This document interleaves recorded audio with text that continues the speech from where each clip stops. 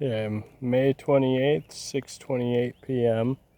So this morning we had a glyph on the table. I have since moved the glyph location actually, so I was pretty surprised that another one showed up on the table when I asked them not to do it on the table anymore. I think what they did was they basically left a glyph on the table to let me know that they came down to the new spot where I'm standing right now. I still have yet to put on or put up a little table down here, which is in the making. It's coming and stuff. But I left a series of glyphs here last time, and they messed with it. They definitely messed with it. So this is what we're looking at now. So Aleph is the same. That one is the same. I forgot what that one was. Tav is the same. The cross has been left alone. But Bet has been rearranged here and stuff because Bet was actually right here. And Bet is the house glyph without messing with this. I'll show you. So you put a stick like this, a stick like this, and a stick across the top, and that is the house glyph. That is Bet.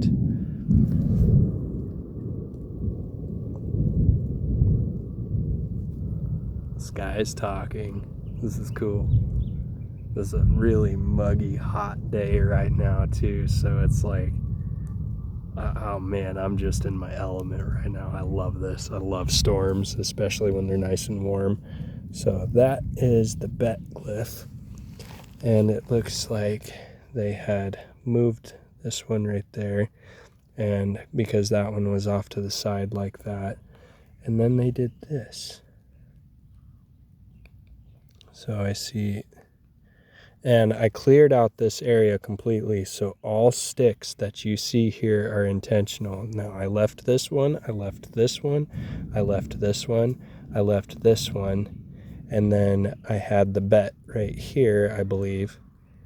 I have to look up the picture I took before, because I honestly didn't think that this was going to work, but it actually worked. So, but this is all different right here, which is really cool. So we got a little stick right here, and it kind of looks like, kind of shaped like a footprint almost. Like this would be the heel, this would be like the tarsal break, and then the toes right there, and then we've got a little tiny stick right there too. So very cool, very interesting. So this is what it looks like now. All right, now I'm going to pause this, and I'm going to leave another message for them too.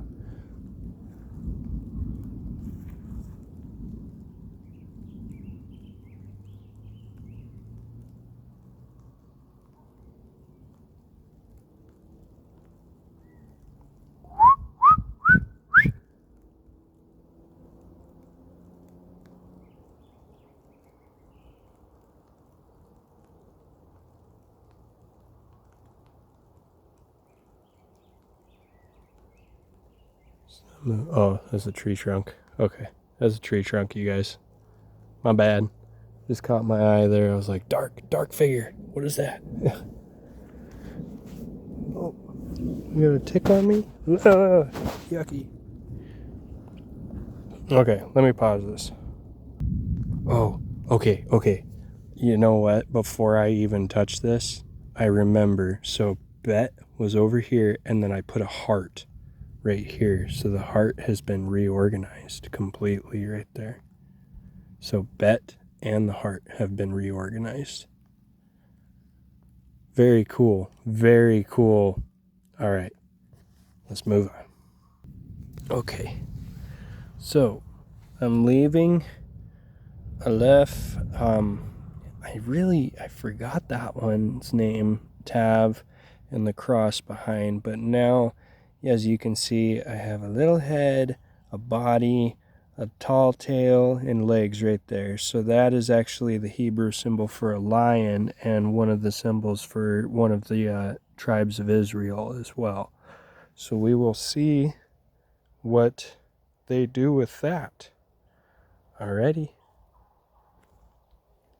Just for science, let's whistle.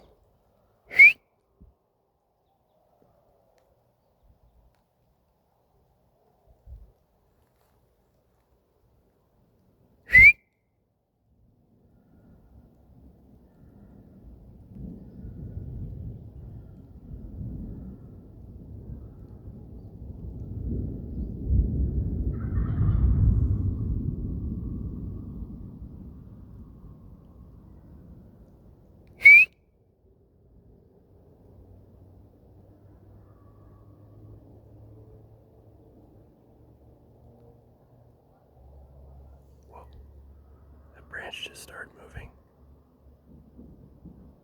That was cool. Nothing is moving. Nothing is moving. That branch just started dancing.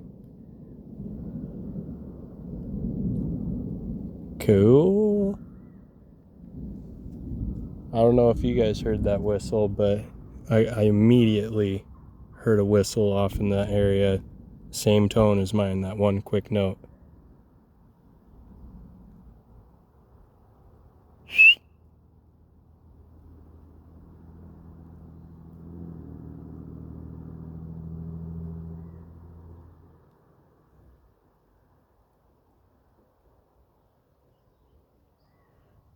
Not hearing anything else but birds. Let's take a look around. As I was walking in, I did notice one of the trees on the trail got snapped and wrapped around, which was really cool. Let's see if they did anything else. Careful where we step. This is the circle. This is where I come to do my sermons and preach. And I've been whistled at here. I've had a lot of interesting stuff happen out here. And branches like that one right there that just randomly bounce out of nowhere and stuff happen quite often right here, right in this circle and stuff. And I just call it the circle because it's kind of just this circular clearing area right here. So, and I want to set my table right where the glyphs are right there. So I'm not seeing anything different. I know that all looks pretty crazy right there, you guys. I actually built that. There was a lot that was kind of hanging on there, but it all looked kind of natural, so I just kind of added to it and stuff. So that, most of that's from me. And I did have the thought of kind of like Mr. Moorhead's tactic of how he built himself a shelter and remained inside the shelter and stuff to do his investigations and stuff. And then I kind of ran out of sticks.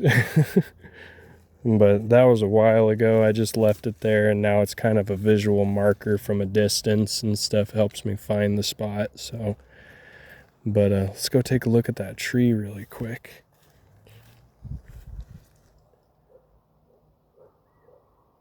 Leaving the circle. Whoever's come here, God bless you. And I hope to see you. So as you see, you can hear the highway is really not that far from us right here. But as you see all these trees across the path, okay, I've had to step over these quite often.